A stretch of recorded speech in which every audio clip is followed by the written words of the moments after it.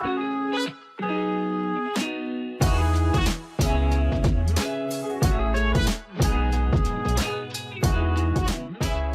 traders, Raghee here, and in this update I'm going to tackle a question that I get a lot of, which is, Rag, how do you scan the market for day trades? Do you have a process for that, and what is it? And the bottom line is I don't use a scanner per se, but I do have a scanning process. So if you have a scanner or a scanning process, as long as there's a process, as long as there's a reason, and you're acutely aware of why a stock or an ETF or a futures contract would end up as a result of that scan, I'm all for whatever methodology you're using. I'm kind of old school. I like looking at the symbol and understanding the connective thread. So let's talk about day trading scanning and how I do it. Let's start at the top of the food chain, if you will, and that's going to be the indices. So before I even decide to day trade a sector or even a stock, I'm going to double check that I just might not have a nice clear signal on the NASDAQ, the S&P, or the Dow. All right, so I'll look at those big three because they are so similarly weighted in terms of the individual stocks and sectors. They tend to move with each other, which is why the Russell is not on this list in terms of where I start. So top of the food chain, Dow, NASDAQ, S&P. All right, the next thing that I do then is I start looking at, do I have structure? Is there something that indicates that we might have a higher probability of a trend or not? This morning we inherited kind of a neutral NASDAQ that quickly went negative as the morning progressed. There really wasn't a lot for me to do with that weakness because I'm not a momentum trader. Now, momentum traders, I think, might have gotten a little stung here. I think prematurely bearish traders might have gotten a little stung. Let me give you a tip that has saved me a lot in my day trading life. Yes, there's a clarity that we will see by the time we get to the end of the clearing range, but there's another time that a lot of traders overlook, and that is what's known as the initial balance. If you're looking for a trade, an entry that has the possibility of continuing for most, if not all, of that session, let it be if there is an initial balance breach. Okay, that's something that I teach my day traders, whether they're in the futures room or in my Sector Secrets Mastermind. So think about that initial balance, which is the high-low that's put in between 9:30 and 10:30. The other thing that I want to note is I did not put on a NASDAQ day trade, and what I started doing was scanning some sectors, right?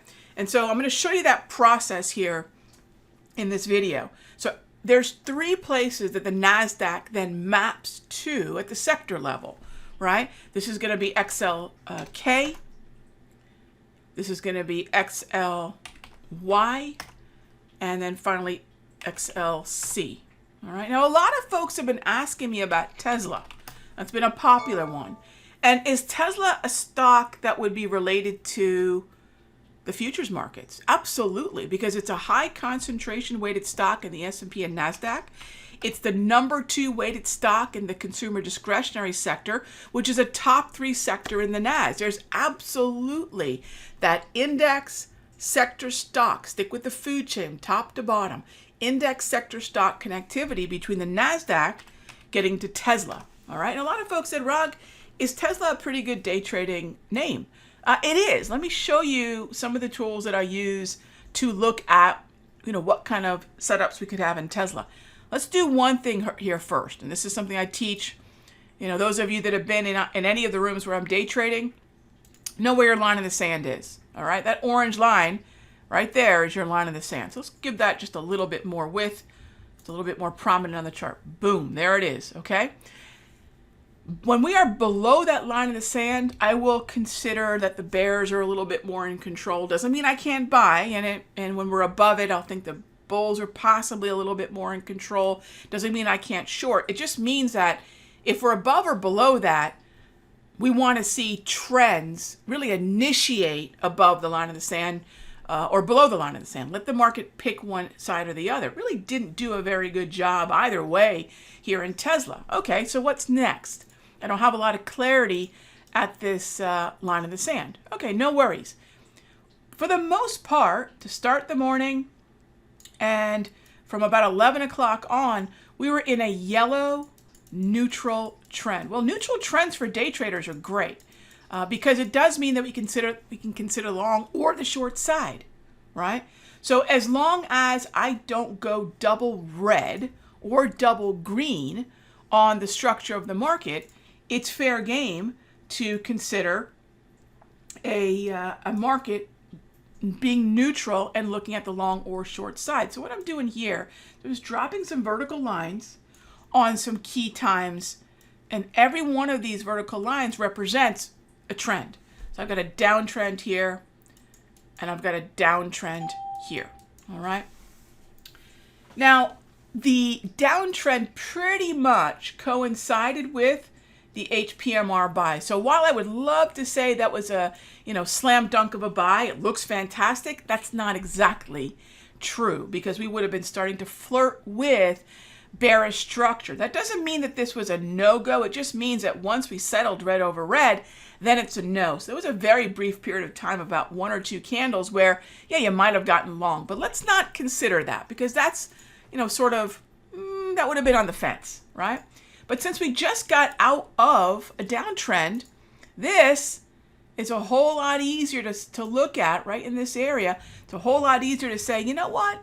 The closer we get to this HPMR resistance, this is resistance here, the closer we get to it, this resistance area, the easier it is to look for a potential short and then looking for, potential buy in that area. So how did that pan out? This was a tough short, but you certainly wouldn't have been buying here. Let's just also remember, if your tools can eliminate one side of the trade, long or short, from contention, you were either short here or flat, which is a great thing to be. You were either long here or flat, right? You were either taking profit here, right? Flat, or initiating a short. Really, really important to say, when I'm trading, can I eliminate one side of the trade from contention? And that just makes the process of deciding that much better, because what you're doing is you're using a process of elimination to get to what am I allowed to be, long, short, or flat. So this is just an example of starting off with a conversation of, does the NASDAQ appeal to me today? Where is the XLK, XLY, and XLC within the context of the NAS? And then I got a lot of questions about Tesla and day trading it. So I thought, you know what?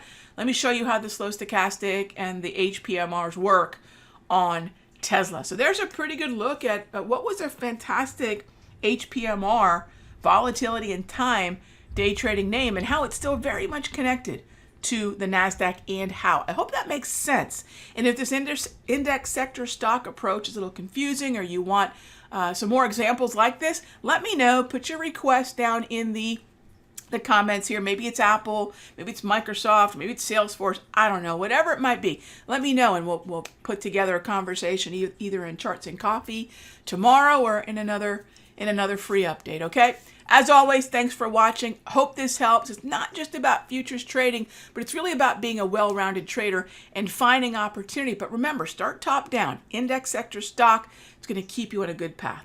And I'll see you in the next update. Hey traders, Raghee from Simpler Trading. Thank you so much for watching this video. Be sure to leave a like and a comment below. And remember, subscribe and click the bell icon so you'll get notified of the next update. And when you're ready to join me for live trading, be sure to head on over to simplertrading.com. I'll see you in the next update.